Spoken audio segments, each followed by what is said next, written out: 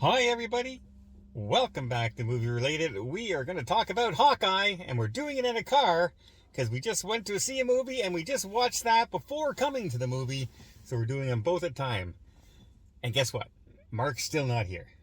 Mark's still not here. We'll tell you, do we think he missed something with Hawkeye? Do you think he's missing out right now? Well, we'll tell you right after this.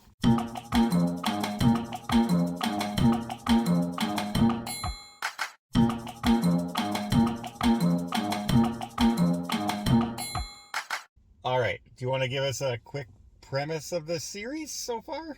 Okay, so this is episode 1 and 2. 1 and 2 together. And it starts off, we get a clip of a family witnessing the beginning of the battle in the first Avengers movie. Yeah. The one where they're going to, New York. The attack on New York. Yeah. And I guess the story is about the little girl that we see in that scene. She grows up after seeing Hawkeye doing some amazing fighting and then falling off a building. And he saves her. His arrow saves her from one of the... Yeah. He doesn't know it at the time. No, but she does. But he becomes her hero. Yeah. And she says to herself, you know what?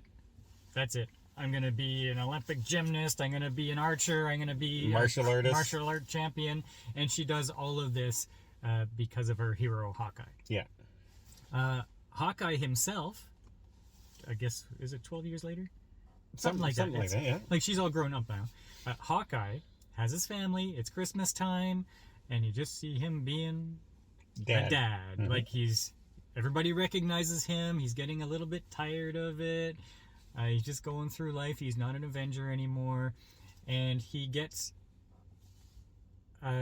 he sees his Ronin suit. Yeah, from when he was Rogue. Yeah. So he was off in, I guess, China or Japan. I can't remember which one, but he was fighting gangs over there. He was fighting the Yakuza, yeah. Yeah, as Ronin. And so he sees somebody wearing a suit, and he goes to find out who it is. And we end up in a situation where he hooks up with that girl who idolizes him, and hijinks ensue. Yeah. There's a couple things. He's after his suit. He has people who are angry at him for when he was Ronin, and they've been looking for him. And so once the suit shows up, they think it's him. And they also have her story where her mother's rich. She's marrying some guy who seems like a creep. He's an expert fencer all of a sudden. So he's hiding some stuff, and the mother is completely blind to it. She doesn't see anything, but Haley does. Seinfeld. How do you spell her? Say faith? I don't know. I always get her. I know it's Haley, but I can never pronounce her name. The girl. But she's in Pitch Perfect. She's in a lot of good movies. She's a good actress. But yeah, this series, like, I was kind of looking forward to this because I thought, hey, we're gonna have some behind the scenes, like a cop. What I wanted Falcon and the Winter Soldier to be, more of a buddy movie, a cop movie, and an investigation.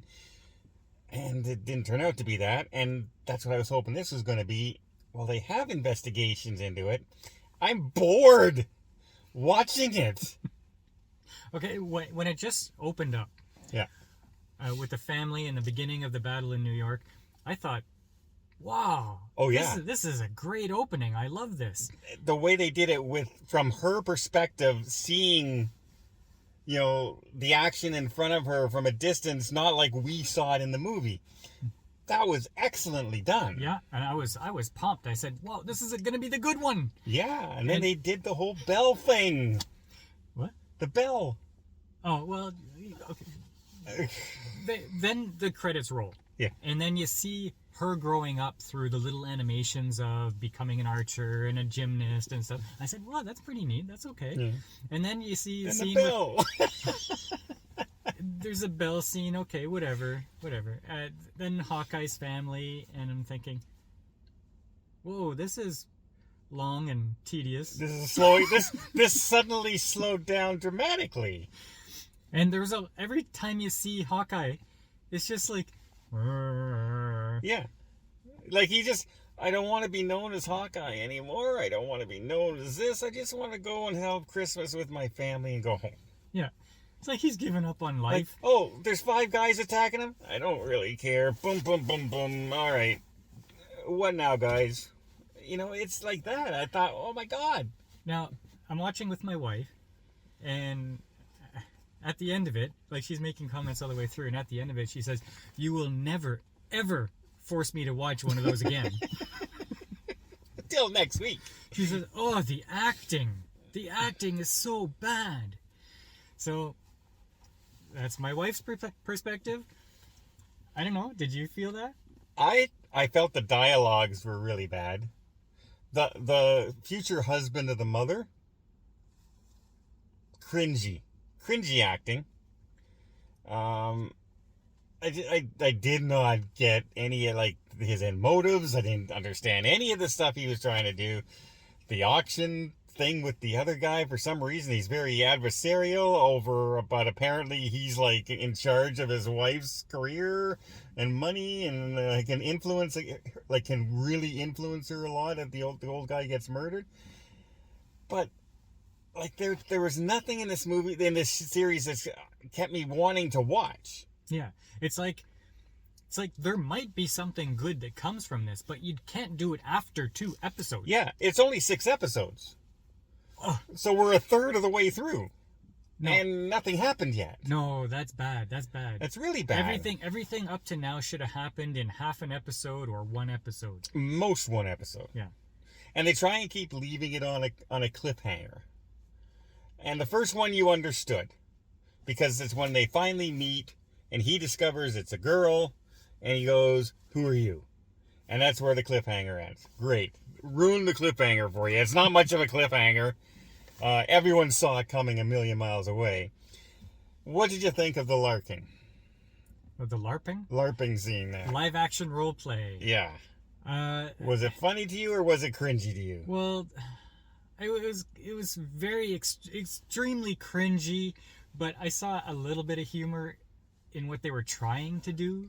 See, I didn't mind the scene. I didn't like the guy who was the main guy he met. Yeah. I didn't like his acting very well, but I liked his reaction when after he lost and the guy comes up to him and he's celebrating. The guy's going, "Come on, you had fun, right?" And he goes, "Yeah, I kind of did."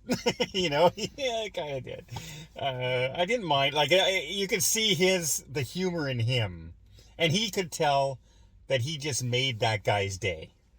Yeah. Right? Okay. Compared to the guy in the bathroom. With the selfie. Whatever. I don't know. Like, it seemed like they actually got real LARPers to play in that scene because none of them seemed like actors. It was... I got caught off guard when they first... He says, the guy has his suit, and he says, "I'll give you the suit, but you have to lose to me." And so they have this one-on-one combat in front of everybody, and they're doing drink the potion, and it's a fake. There's nothing there. It's like a invisible thing. And he goes, "Come on, let's get on with it." And everyone, "Ooh, we didn't drink the potion. Well, that's not going to go well." And or they're doing this with their plastic swords. Yeah. And there's a guy off on the side going, ching, ching, ching. That was okay. That was okay. I thought that was terrific. But it does not make up for all the lacking of this series because so far.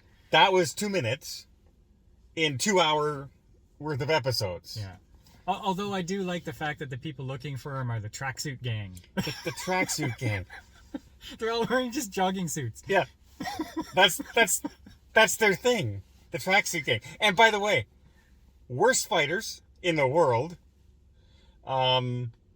And like dumb. Like these are the typical henchmen, dumb henchmen. Yeah, these are dumb guys. But stereotypical. It's funny that they're that dumb. Except how are they a threat to anybody? It doesn't matter. There's like 500, and one guy gets upset when he says, "Oh, it's a real nice place you got here." "Hey, there's not a lot of places around." And he's upset. He's pouting. I go, a little cringy. I mean, they fight those guys 3 different times in the 2 episodes. And I don't know. I don't know if I want to watch this anymore. I don't know. Well, it wasn't. Watch it. I know. But if we didn't have to watch it for the channel, would we want to watch it? It's not a good start. No. It's not a good start. But I've always felt bad for Hawkeye because he was always the Forgotten Avenger. So I want to see if he redeems himself. I like Jeremy. I like his role. I like his acting, and I like her. So this should be right down my alley. And they made it boring. Yeah. Well, hopefully. Excuse me? They make it boring.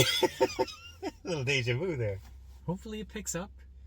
Well, we'll give it another episode anyway. But hey, if you're trying to hook us, Marvel, you didn't do it in the first 2 episodes. What would you give both episodes combined? Oh, 5. Yeah. Mediocre. Yeah. Couple lighthearted things. The fight scenes were so-so. I hate when a person is grunting for everything they do. Climbing through a window.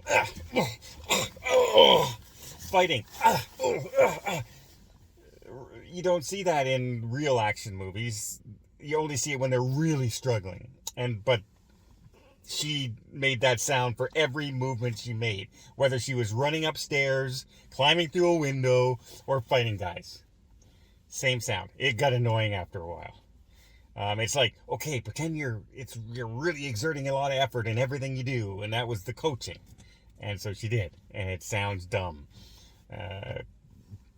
Okay, enough about that.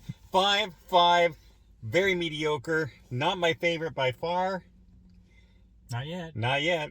And we'll see if there's 4 of them now, right? So we're gonna rank 4 of those TV series. I hope this isn't the bottom of the barrel. Well, let us know if you watched it. What do you think of it? Do you have any hope for this? Or do you think, hey, give it another episode. It might pick up right now. Right now. Because we certainly hope so. And until next time, we'll see you on the channel.